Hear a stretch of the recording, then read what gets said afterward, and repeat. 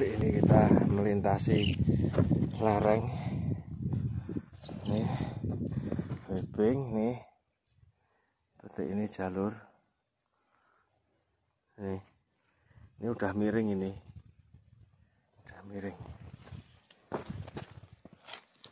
Untuk keseimbangan aja ini pegangannya. Nih, naik ini berlumut. Batunya berlumut ini. Naik ke atas. Jurang-jurangnya.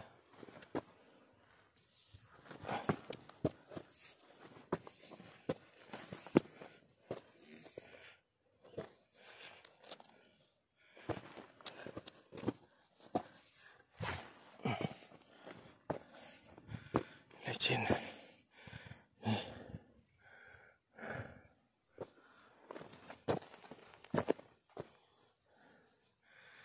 Itu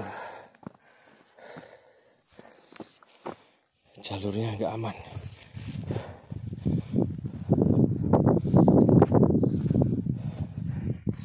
Terlalu berbahaya.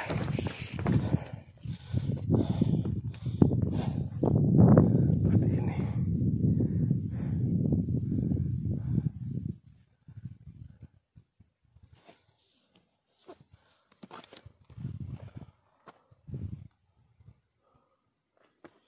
Saya belum ketemu nih arahnya menuju ke atas.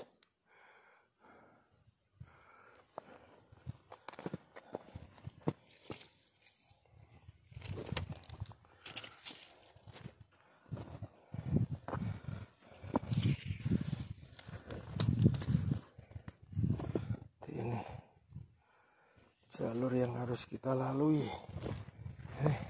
Ini nih udah mepet sekali nih. Pleset, lepas, sudah jatuh.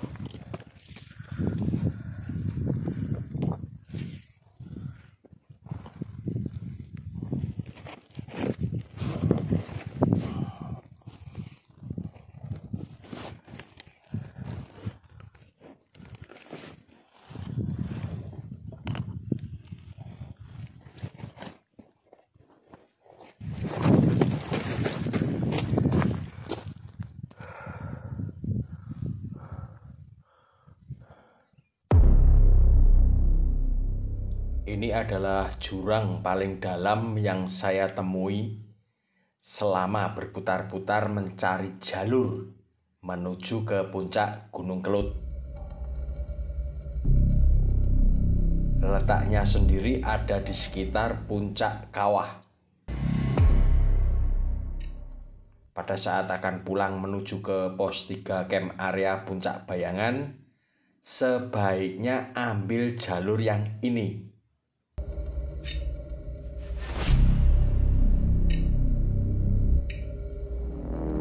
Oke, akan saya perlihatkan jurang pencabut nyawa yang benar-benar mengerikan.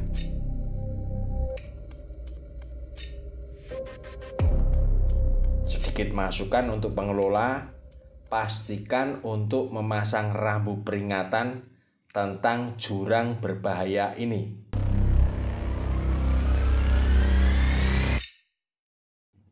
Coba bayangkan, jika kabut tebal dengan jarak pandang hanya 1 langkah kaki, dan kita tetap nekat meneruskan perjalanan, kemudian disesatkan ke jalur ini, apa yang akan terjadi?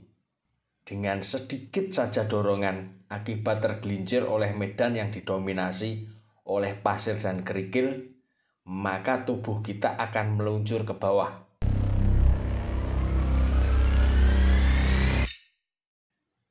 Sekali lagi, mengerikan.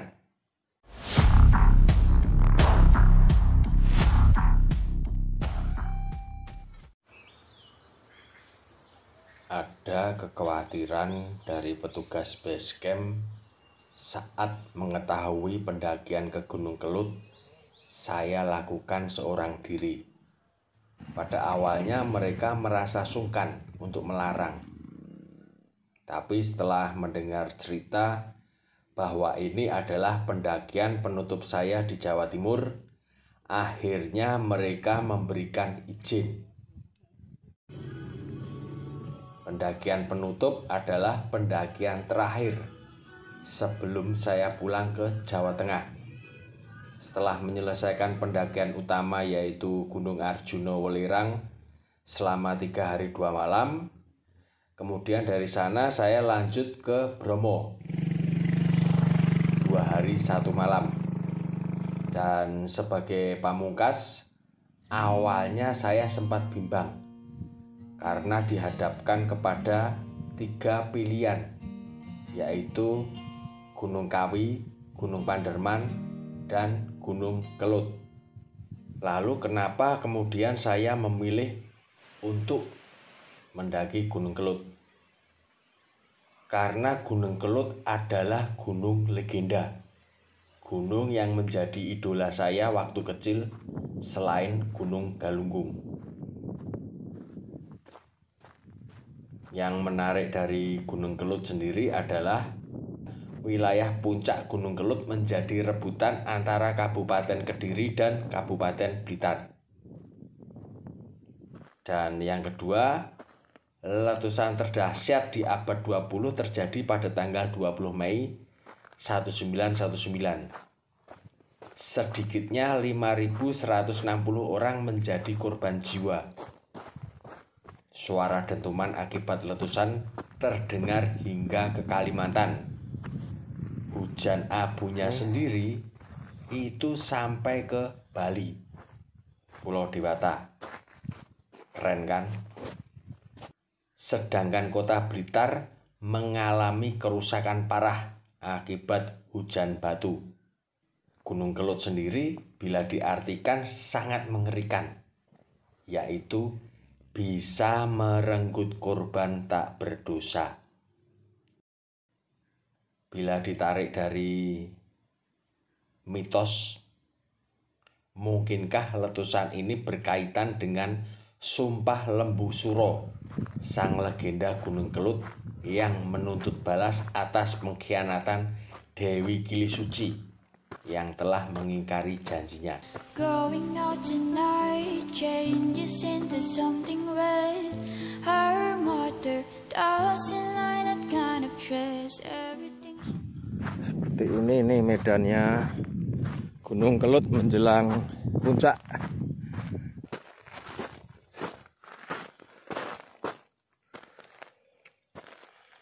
Ini medannya berbatu-batu, kerikil-kerikil, warnanya coklat. Ini yang ini beda lagi. Ini lihat perbandingannya, perbandingan warna. Tuh coklat, ini tidak. Untuk ke sini disarankan membawa cadangan kaos kering. Bisa cuma membawa kaos satu aja, jadi basah. Bisa jaga tapi juga membawa jaket. Jadi walaupun nanti kaos saya ini basah, saya bisa memakai jaket supaya tidak terserang hipo.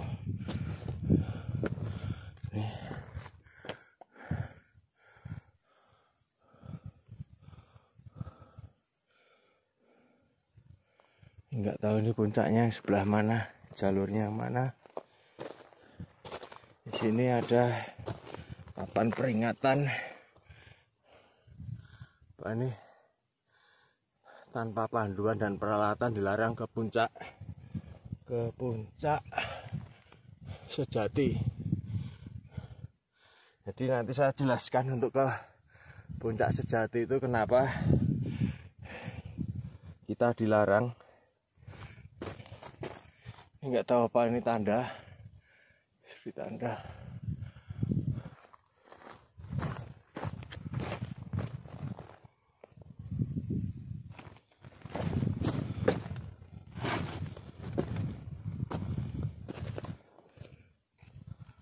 Lumut. Di sini tidak ada petunjuk yang mengarahkan kita untuk naik ke atas. Jadi kita disarankan untuk berhati-hati mencari jalur ke atasnya. Itu puncaknya nggak kelihatan, tutup.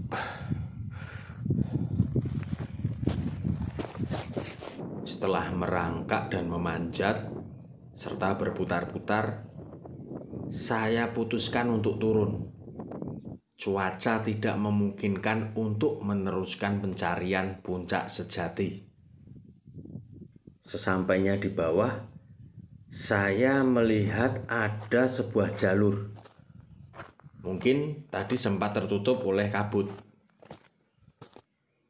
Begitu diikuti, jalur ini menuju kepada sebuah tali webing. Entah masih kuatkah atau malah membahayakan, karena sudah bertahun-tahun dia terpasang di sini.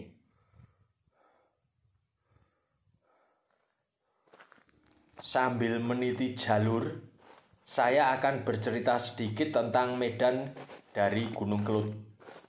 Walaupun ketinggiannya di bawah 2000 mdpl, trek via Tulungrejo ini benar-benar berkelas untuk dijadikan pendakian bagi para pendaki berpengalaman dan sudah siap dengan segala risiko.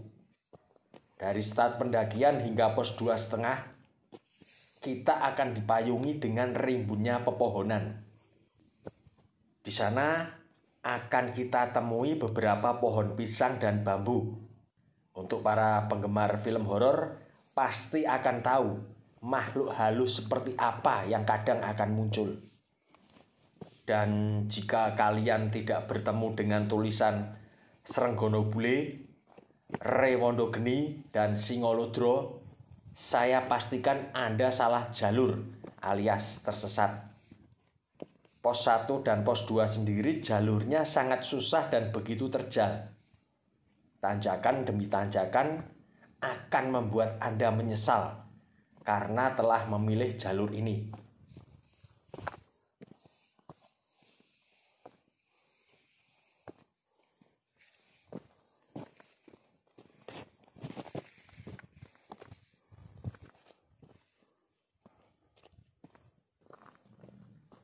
Setelah selesai diajar secara fisik dan mental, kalian akan mendapatkan bonus berpuluh-puluh lintah atau pacet yang menempel di sela-sela bagian tubuh yang tersembunyi.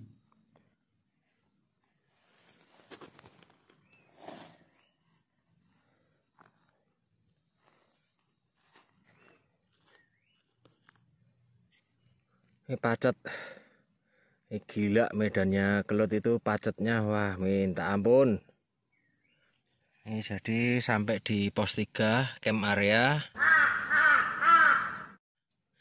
Pekerjaannya itu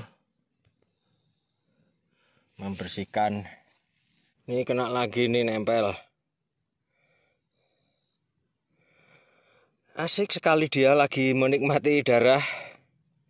Ini kalau kita kena pacet kayak gini, mending didiamin aja, biar lukanya itu nggak besar. Jadi nanti kalau dia sudah kenyang, dia akan jatuh. Jadi diamkan saja. Nih, 1, 2, 3. Nih kena pacet. Nanti paling efeknya ya cuma gatal-gatal sih, sebenarnya nggak begitu. Ya nggak apa-apa sih, efeknya gatal-gatal. Ada baiknya setelah sampai di pos 3, carilah tempat tersembunyi apabila kalian berangkat bersama tim. Lalu tengok celana dalammu. Adakah sesuatu yang menghisap si Otong?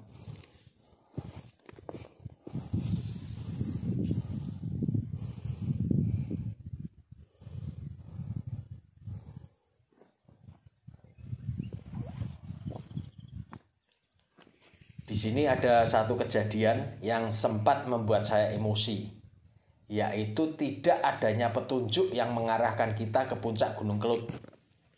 Setelah naik turun dan melewati tali webbing penghubung sebanyak 2 kali, tetap saja saya tidak bisa menemukannya.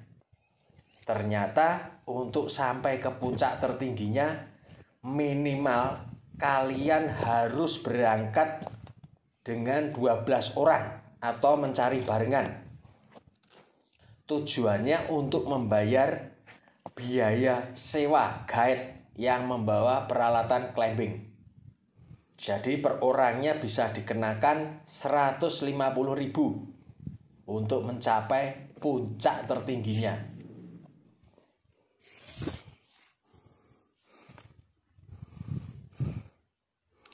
Itu ke arah puncak kawah untuk melihat kawahnya Gunung Kelut. Ini yang belum ketemu puncaknya Kelut itu yang mana. Benar-benar bangsat, ini nggak ada petunjuknya. Itu kita naik ke pakai webbing, dituntun. Misal ada sesuatu ya ini, kita jatuhnya di sini. Batu-batu. Kalau bawahnya air sungai gitu masih mending, ini batu. Tuh. Udah berapa kali nih saya lewat sini seliwar. Nggak tentu nyari puncaknya itu jalurnya yang mana.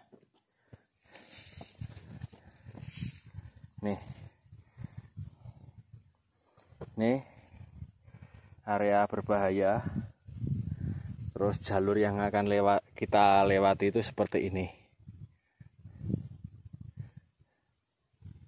Jadi ini jalur ini hanya untuk orang-orang yang suka berpetualang dan orang-orang nekat.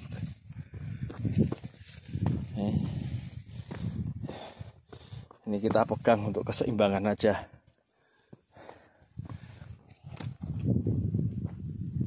Tuh, kabut. Untuk lebih amannya, kita berjalannya mending sambil apa ini istilahnya delosor, nggak usah berdiri, nggak usah gengsi, kita ngesot saja, penting aman. Karena jalurnya ini juga licin, banyak lumut-lumut.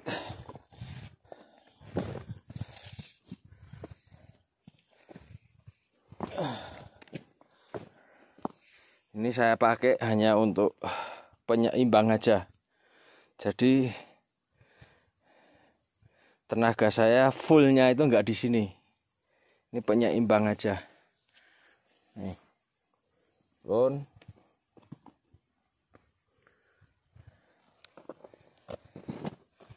Kanan jurang. Seperti ini. Kanannya.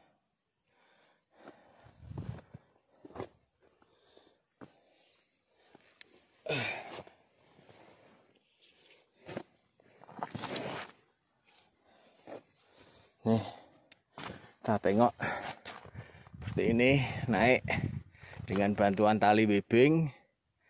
Terus yang di sisi kiri dari video jurang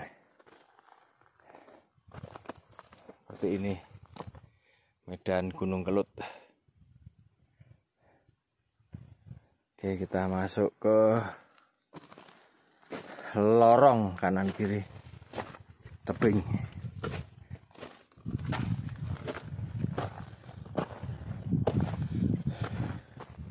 Tadi saya pikir itu medannya dekat, jadi saya nggak membawa makanan, belum sarapan, langsung cabut aja karena ngejar cuacanya yang kabut. Saya sendiri kurang tahu untuk pendakian Gunung Kelut via Tulungrejo itu apakah ramai peminat. Dari tadi saya muter nyari arah ke puncaknya itu nggak ketemu. Cuma adanya itu arah itu apa? Petunjuk arahnya itu Kawah Kelut yang tadi saya singgahi. Lemes mae.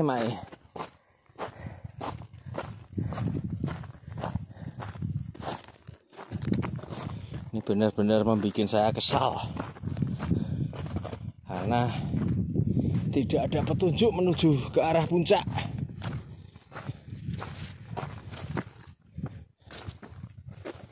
Padahal ini udah pukul 9:30 lebih, ya lebih itulah.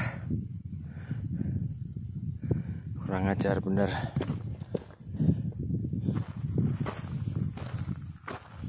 Tuh, untuk ke atasnya itu loh nggak ada petunjuk. Bener-bener anjing bener.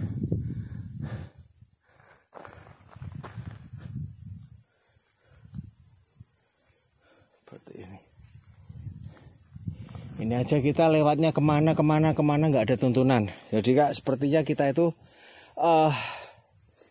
seperti diharuskan untuk mencari jalur sendiri.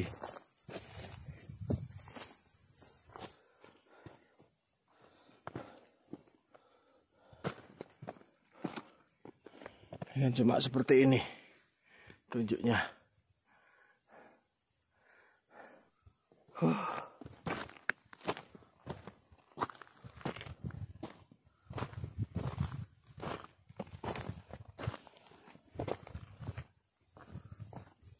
Jadi intinya Gunung Kelut itu bukan untuk bersenang-senang, selfie ini. Walaupun ketinggiannya di bawah 2000. Tapi wah, medannya luar biasa. Bikin capek. Dan kita belum tentu bisa beruntung untuk mendapatkan view bagus.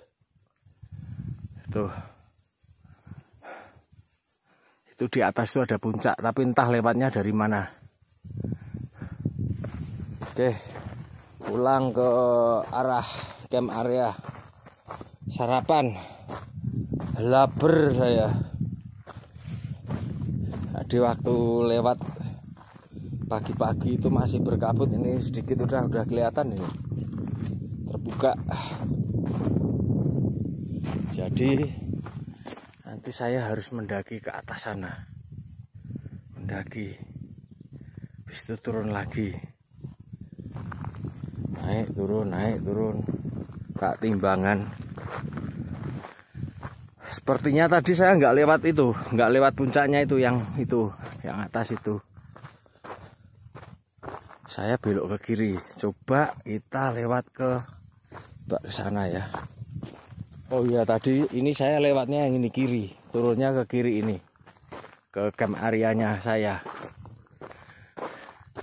Coba kita lihat ke atas, ada apa di atas itu?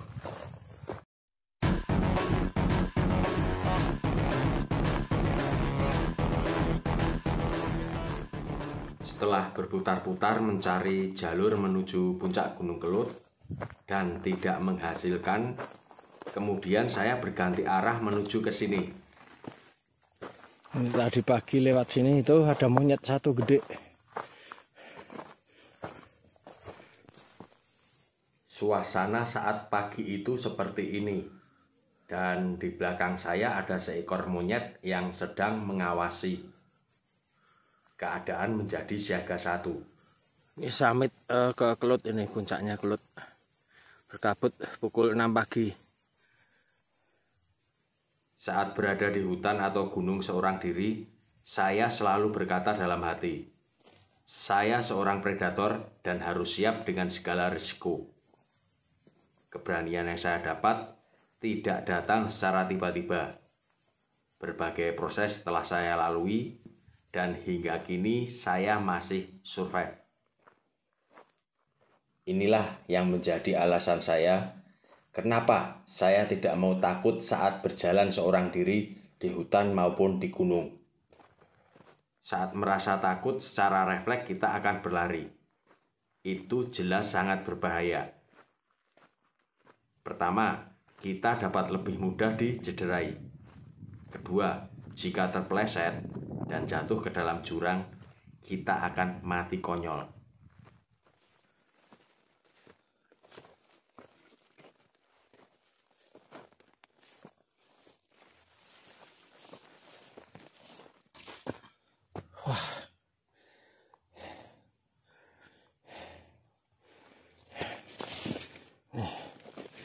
Ada celah untuk naik. Ini nggak ada petunjuknya, ini saya nggak tahu arahnya kemana.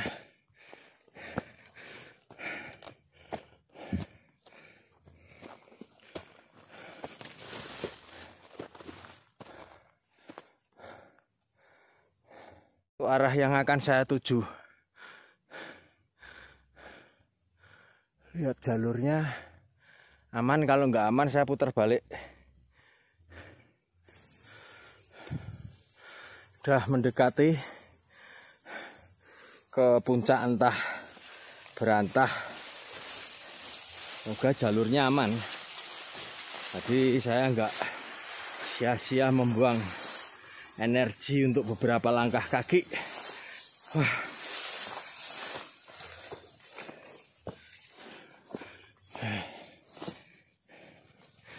Ya, saya carinya yang ke kiri saja, karena kanannya jurang. Cari yang tengah. Pemandangan. Saya sendiri nggak tahu puncaknya yang mana. Puncak Kelut. Minim petunjuk, Cok. Coba tengok ke arah petunjuk. Di sana terlihat kawah dari Gunung Kelut, walau tidak maksimal penampakannya. Tapi sabar, karena kita belum menuju ke puncak kawahnya. Di pertigaan inilah kita bebas memilih tujuan. Garis merah menunjukkan rute menuju puncak kawah, dan seperti inilah penampakan jalurnya.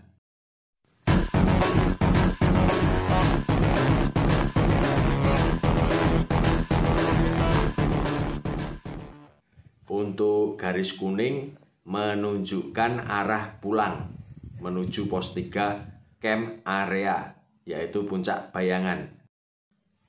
Pada saat kita pulang menuju camp area, di sebelah kiri dari punggung jalur naga yang akan kita lalui ada petunjuk menuju ke air terjun Gili Suci. Sedangkan garis hijau menunjukkan rute menuju ke puncak Gunung Kelut.